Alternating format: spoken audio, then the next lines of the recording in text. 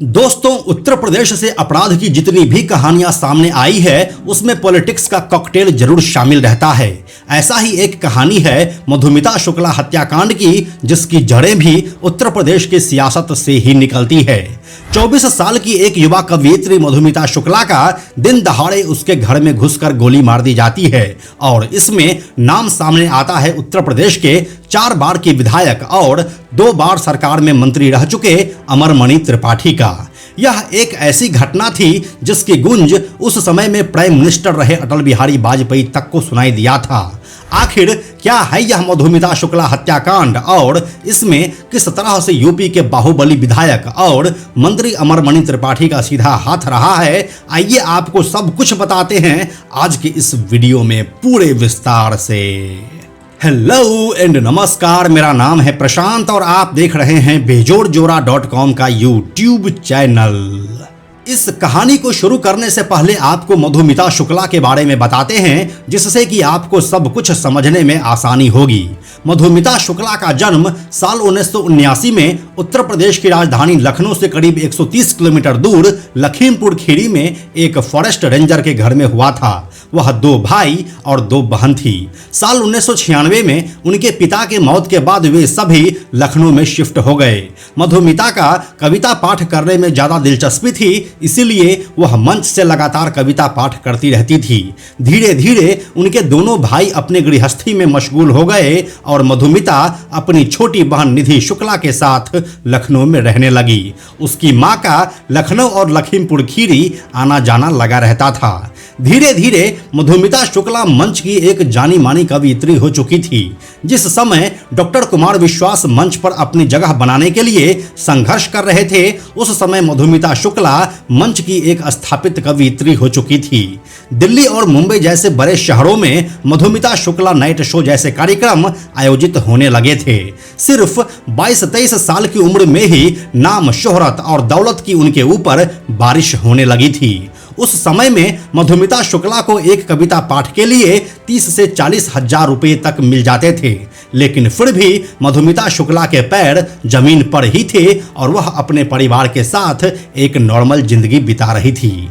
इसी सिलसिले में 25 दिसंबर 2001 को लखनऊ में उस समय के प्राइम मिनिस्टर अटल बिहारी वाजपेयी के जन्मदिन पर एक कवि सम्मेलन का आयोजन किया गया था। इस दिन मधुमिता शुक्ला ऐसा कविता पाठ की कि उनके ऊपर फूलों की बारिश की गई थी। उस दिन उसी सम्मेलन में बसपा के मंत्री अमरमणि त्रिपाठी अपनी बेटी अनु, तनु और अपनी मां सावित्री देवी के साथ आया था और इसी दिन से अब मधुमिता शुक्ला की जिंदगी बदलने वाली थी। इसके बाद मधुमिता शुक्ला के लगभग हर कवि सम्मेलन में यूपी के बाहुबली नेता अमरमणि त्रिपाठी का आना शुरू हो गया। फिर देखते ही देखते अमरमणि त्रिपाठी की मां सावित्री देवी मधुमिता शुक्ला से नजदीकियां बढ़ाने लगी और अब वह उनके लखनऊ स्थित घर भी आने लगी थी। अमरमणि त्रिपाठी की मां सावित्री देवी मधुमिता शुक्ला के पास अपनी बहू यानी कि अमरमणि त्रिपाठी की पत्नी मधुमणि त्रिपाठी के बारे में बहुत भला बुरा बोलती और हमेशा ही कहती कि मैं उससे बहुत दुखी रहती हूँ। जिसके बाद मधुमिता शुक्ला बोलती कि आखिर आप ये सब बातें मुझे क्यों बोल रही है, तो सावित्री देवी कहती कि ऐसे ही तुमसे मुझे बात करके अच्छा लगता है। ऐसे ही समय बीतता रहा और एक दिन अमरमणि त्रिपाठी की मां सावित्री देवी मधुमिता शुक्ला को अपने घर खाने पर बुलाई। बीतते समय के साथ अब चीजें इतनी नॉर्मल हो चुकी थी कि यह सब कुछ अब अजीब नहीं था। जिसके बाद मधुमिता शुक्ला अपनी छोटी बहन निधि शुक्ला के साथ उनके घर पर खाने के लिए चली गई। उस दिन खाना खाते हुए ही अमरमणि त्रिपाठी ने मधुमिता शुक्ला से कहा कि अरे मधु, तुम हमारे लिए भाषण लिखा करो, मेरे भाषणों में जरा शेरो शायरी भी डाल दिया करो। फिर बोला कि अरे मधु, तुम नहीं चाहती हो कि हमारे भाषण पर भी तुम्हारी कविताओं की तरह ही तालियां बजे। अब यहाँ से मधुमिता शुक्ला और अमरमणि त्रिपाठी के रिश्तों की कहानी भाषणों से शुरू हो चुकी थी। अमरमणि त्रिपाठी अब भाषण लिखने के बहाने मधु से बतियाने लगा। दोनों के बीच बातचीत बढ़ने लगी। इस दौरान मधुमिता शुक्ला महीनों बाहर रहा करती थी। इधर अमरमणि परिवार के मधुमिता से रिश्ते बढ़ते जा रहे थे।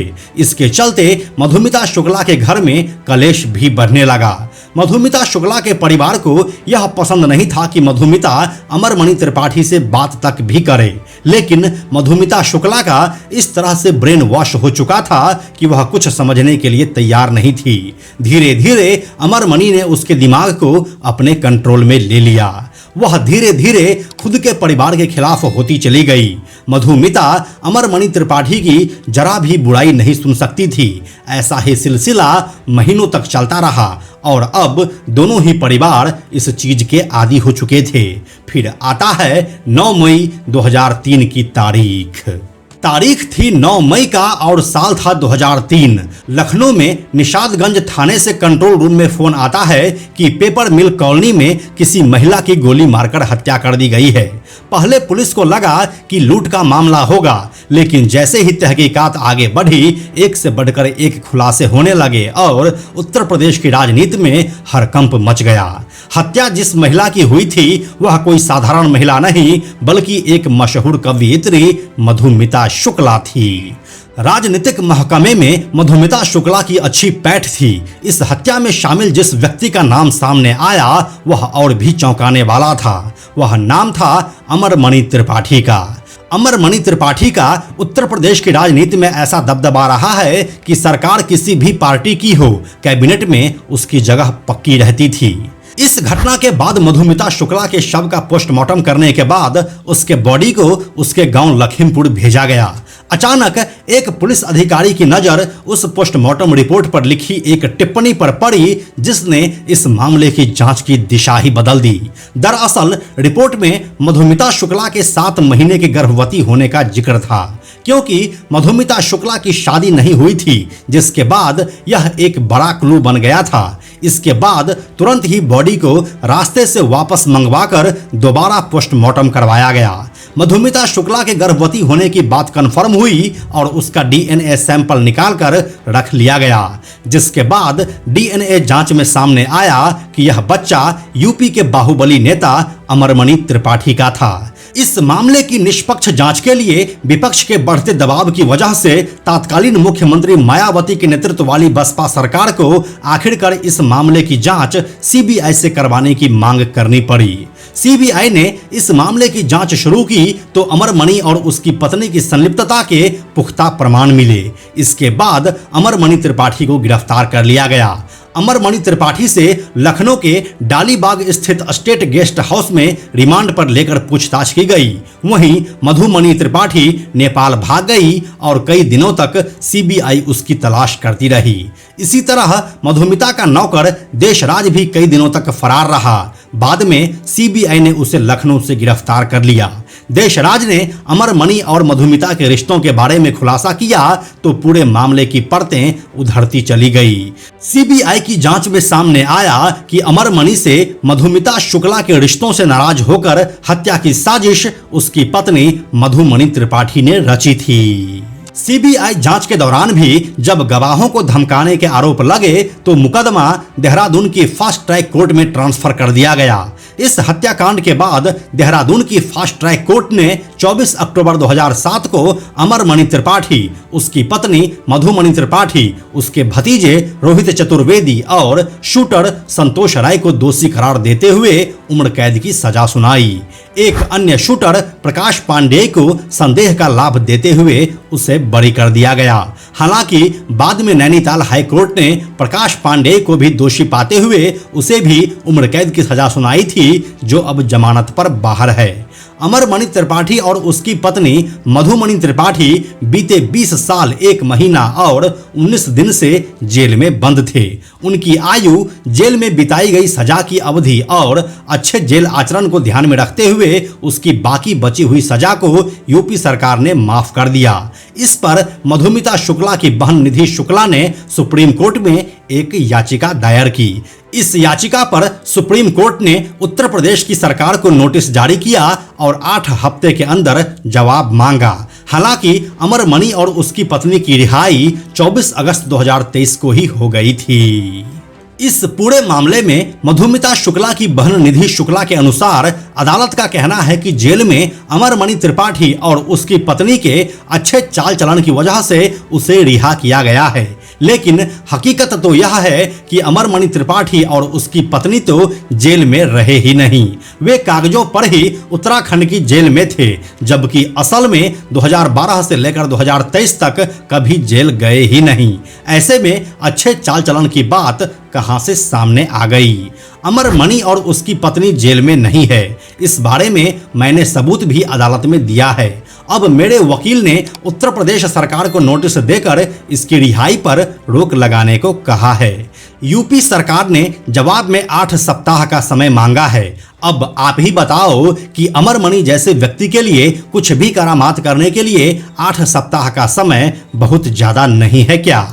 अब निधि शुक्ला के इन सवालों के जवाब कहां से मिलते हैं, यह तो देखने वाली बात होगी। बाकी अपने देश में पावरफुल लोगों के सामने एक आदमी को न्याय मिलने में कितना वक्त लगता है, यह तो किसी से छुपा हुआ है ही नहीं। तो यही थी यूपी की मशहूर कवयित्री मधुमिता शुक्ला हत्याकांड की पूरी कहानी।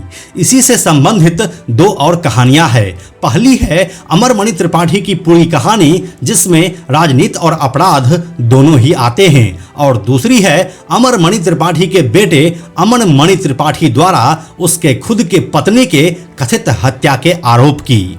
अगर आप इन दोनों ही कहानियों को पूरे विस्तार से देखना चाहते हैं तो हमें कमेंट में लिखकर जरूर बताइए। हमें आपके कमेंट्स का इंतजार रहता है। हम जल्दी मिलते हैं आपसे एक नए कहानी के साथ।